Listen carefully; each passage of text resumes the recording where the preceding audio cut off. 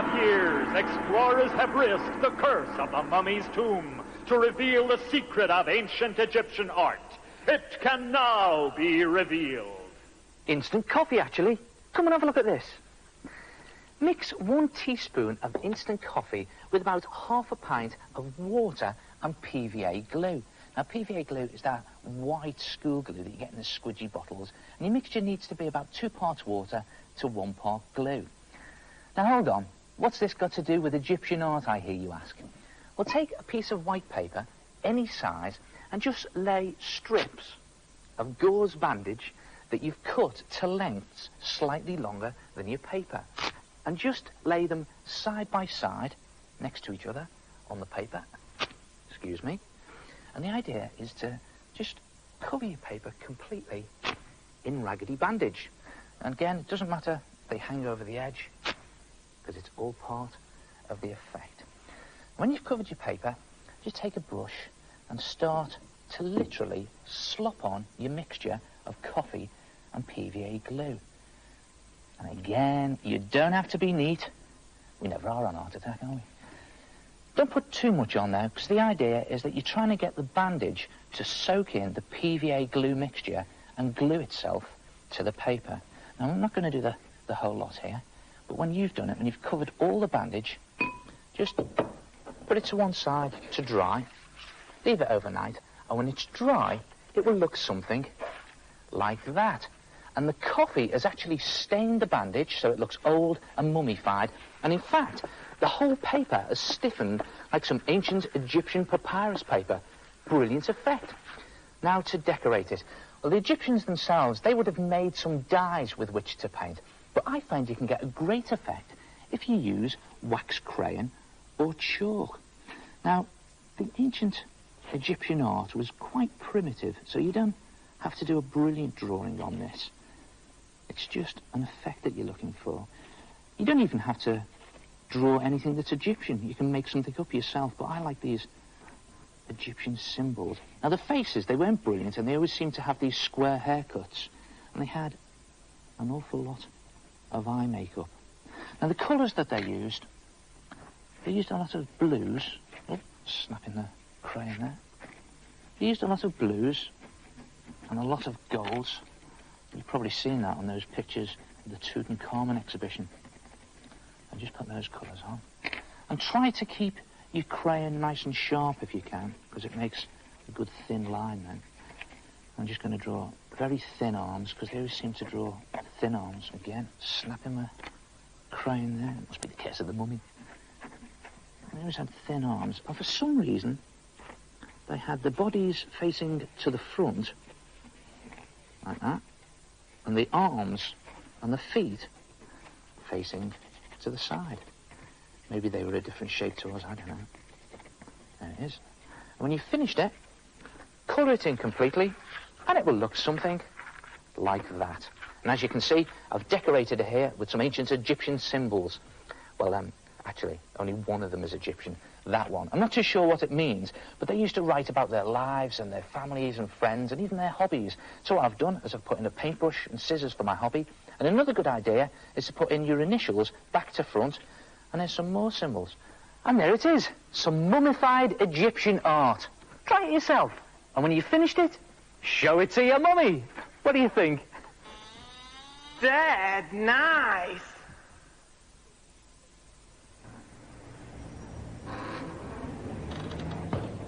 Oh, I get it. Dead nice. Oh, hello, it's the head here. Now, let me see if I've got all that right. Half a teaspoon of instant coffee mixed with 2 parts water and 1 part PVA glue. Slop that mixture all over the strips of gauze bandage. When it's dry, draw on it with wax crayons. Instant ancient Egyptian art. Dead nice.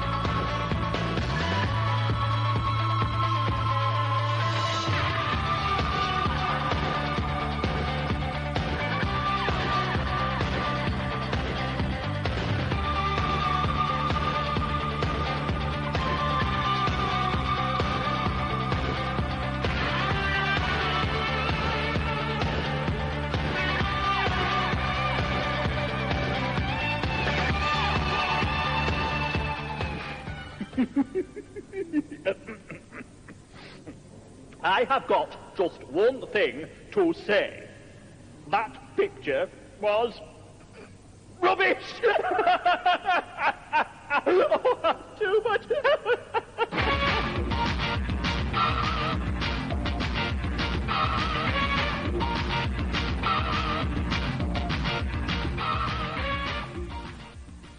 Here's a neat little tip that's great fun to do and makes your cartoons very lively.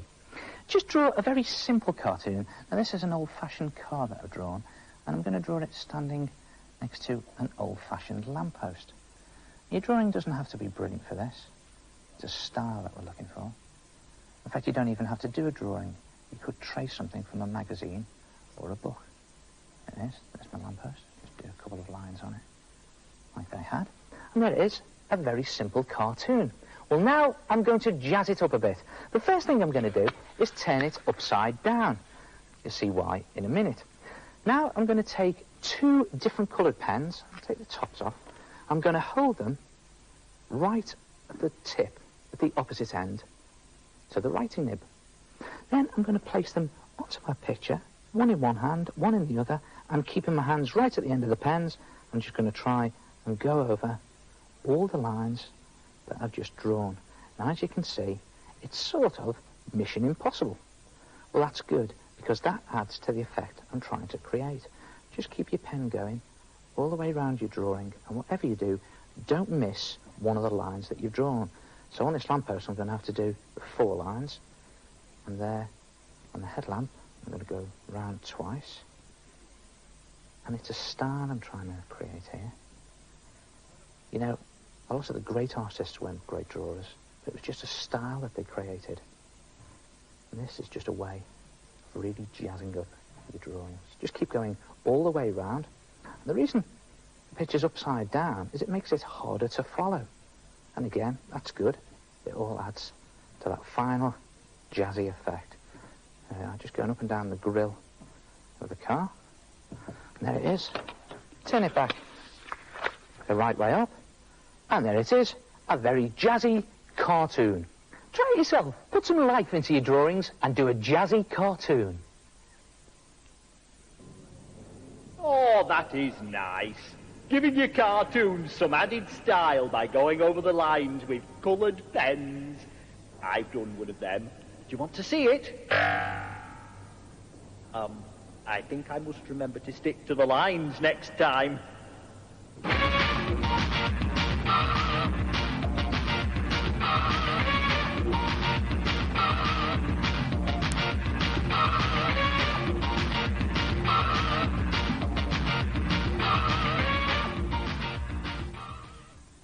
Hello, my name is Anna. I made my shield out of fabric, and all the different pictures represent members of my family.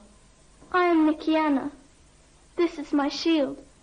I designed it on fabric to show what I like. I quilted it to make the picture stand out. My name is Laura. My shield is made out of wood, and then I painted it. Each picture on it represents something that my family likes doing. Ah, brilliant art attack from Bedgebury Lower School. Design your own coat of arms. All you need to do is draw a shield shape and divide it into 4, and then paint, draw, or even stick objects into the different sections. Now, it's best to draw things that are relevant to you, or your family, or even your interests, because after all, it is your personalised coat of arms. You know what I'm interested in? Art, art, and even more art. There we go.